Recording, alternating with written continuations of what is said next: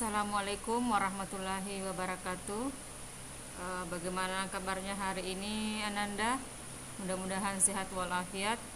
Walau kita masih berada di masa pandemi, kita harus belajar melalui daring atau online, dan tetap harus jaga kesehatan, dan pastinya harus tetap terus belajar walau di rumah.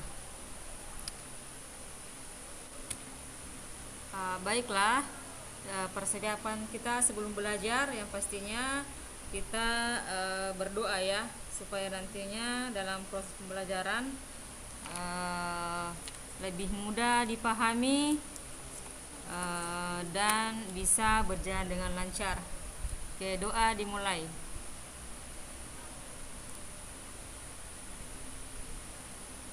Selesai. Kemudian yang kedua, yang pastinya Nanda harus semua menyiapkan alat tulis menulis untuk mendukung nanti ketika dalam proses pembelajaran. Baiklah, di sini kita masuk materi kelas 12 pada semester ganjil, yaitu materi memahami isu terkini lewat editorial. Ananda sudah pernah mendengar atau membaca sebuah teks editorial? Ya, mungkin kalau ada yang pernah bisa mengetahui apa isi dari teks editorial tersebut. Ya, nanti kita buktikan melalui tugasnya ya. Di sini kita akan membahas tentang KD 3.5, yaitu mengidentifikasi informasi baik itu pendapat, alternatif solusi, dan simpulan terhadap suatu isu dalam teks editorial. Kemudian 4.5, menyeleksi ragam informasi sebagai bahan teks editorial. Adapun indikator pencapaian kompetensi yang akan kita capai pada pertemuan kali ini, yaitu yang pertama menjelaskan pengertian teks editorial. Kemudian yang kedua, menjelaskan ciri-ciri teks editorial. Yang ketiga, menemukan kalimat fakta dan opini dalam teks editorial. Kemudian selanjutnya, adapun tujuan pembelajaran yang akan kita capai pada hari ini, yaitu setelah mengikuti serangkaian pembelajaran dengan menggunakan pendekatan saintifik, model pembelajaran discovery learning dengan penerapan pembelajaran abad 21, peserta didik dapat: 1. Menjelaskan pengertian teks editorial. Kemudian yang kedua, menjelaskan ciri-ciri teks editorial. Kemudian yang ketiga, membedakan fakta dan opini dalam teks editorial. Kemudian selanjutnya, apa sih manfaat yang akan kita dapatkan setelah mempelajari teks editorial ini? Yang pertama, yang pastinya peserta didik mengetahui pengertian dari teks editorial. Kemudian yang kedua, mampu membedakan yang mana kalimat fakta dan opini dalam teks editorial. Kemudian yang ketiga, mampu menyusun sebuah teks editorial. Kemudian yang keempat, mampu memilah berita yang dapat dipertanggungjawabkan kebenarannya. Kemudian yang kelima, ini yang paling urgennya, diharapkan misalnya ada yang berminat setelah selesai pembelajaran materi ini, ada yang setelah selesai belajar di kelas 12 nantinya masuk di dunia kerja, Anda bisa menjadi seorang jurnalis atau wartawan, baik itu di dalam negeri maupun di luar negeri. Kalau Anda misalnya memilih bekerja di luar negeri, berarti harus mampu menguasai bahasa internasional, yaitu bahasa Inggris. Di sini Ibu perlihatkan sebuah gambar. Ini mungkin tidak asing lagi bagi Anda ya semua. Ya, ini sering kali kita temukan, yaitu surat kabar. Kalau di zaman-zaman dulu surat kabar itu sangat populer ya, karena informasi yang kita dapatkan itu hampir semuanya berasal dari surat kabar dan televisi. Namun dengan seiring berjalannya waktu, surat kabar ini sudah jarang kita temukan. Ya, malah sekarang itu banyak berita yang diberitakan melalui media sosial ataukah melalui YouTube dan sebagainya. Kemudian yang di sini kita masuk pengertian dari teks editorial.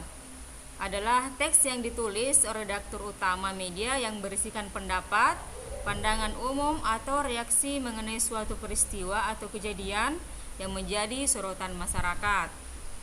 Jadi, teks editorial itu adalah sebuah tulisan yang berisi berita tentang pendapat atau pandangan seorang redaktur utama dari media tersebut. Adapun berita yang ada di dalamnya yaitu berita yang hangat atau sedang beredar di masyarakat sehingga menjadi sorotan banyak kalangan, sehingga perlu untuk dibahas lebih lanjut melalui editorial. Kemudian selanjutnya, adapun syarat peristiwa yang ditulis dalam editorial, yang pertama yang pastinya harus bersifat faktual. Apa itu faktual? Berarti mengandung kebenaran atau kenyataan benar-benar terjadi. Kemudian bersifat aktual.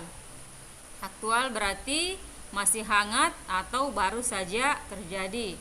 Kemudian ada fenomenal. Fenomenal itu berarti luar biasa ya kejadiannya. Kemudian ada kontroversial, yaitu bersifat menimbulkan perdebatan di kalangan masyarakat. Kemudian selanjutnya, adapun ciri-ciri teks editorial di sini ada 4 ya. Yang pertama yang pastinya berisi fakta. Kemudian yang kedua, adanya opini atau pendapat seorang redaksi media massa terhadap berita yang dimunculkan. Kemudian yang ketiga memiliki kritik dan penilaian. Kemudian yang keempat, terdapat saran atau rekomendasi dari seorang redaktur dalam editorial atau berita yang dimunculkan dalam editorial. Kemudian selanjutnya, adapun tujuan teks editorial di sini ada 2, yaitu yang pertama, mengajak pembaca untuk ikut berpikir tentang isu yang sedang hangat. Kemudian yang kedua, memberikan opini atau pandangan redaksi kepada pembaca terhadap isu yang sedang berkembang. Jadi setiap orang bisa untuk berpendapat tentang masalah atau isu-isu terkini yang sedang terjadi di masyarakat. Kemudian adapun manfaat teks editorial, yaitu yang pertama memberikan informasi kepada pembaca apa-apa sih yang isu terbaru ataukah peristiwa terhangat yang terjadi, baik itu misalnya di dalam negeri maupun di dunia internasional. Kemudian yang kedua, merangsang pemikiran pembaca. Kemudian yang ketiga, menggerakkan pembaca untuk bertindak. Bertindak di sini apakah misalnya dia menyetujui ataukah dia menolak dengan memberikan pandangan. Ketika dia misalnya menolak, seperti apa pandangannya, solusi apa yang diberikan, ataukah dia menyetujui hal tersebut, ya seperti apa pandangan mereka. Kemudian selanjutnya ada ciri-ciri fakta dan opini. Di dalam sebuah teks editorial itu ada dalamnya fakta dan opini. Jadi untuk Anda menemukan kalimat fakta dan opini dalam sebuah teks editorial itu Anda harus bisa membedakan antara fakta dengan opini. Fakta itu berarti bersifat objektif, kemudian kenyataan atau benar-benar terjadi, dilengkapi dengan data pendukung, kemudian tidak menggunakan kata pengandaian. Sedangkan opini bersifat subjektif atau bersifat pandangan seseorang saja, kemudian peristiwanya yang belum terjadi dan tidak ditambahkan dengan data pendukung. Kemudian memiliki kalimat pengandaian seperti menurut saya rasa, sepertinya, sebaiknya, mungkin jika, kalau, sebaiknya, dan masih banyak lagi kata pengandaian yang mungkin bisa muncul dalam kalimat opini. Oke. Itulah tadi penjelasan mengenai terkait dengan teks editorial. Ibu berharap bisa dipahami, dan apabila nanti ada masalah yang ditemukan saat mengerjakan tugas, bisa bertanya melalui WhatsApp ya, baik itu melalui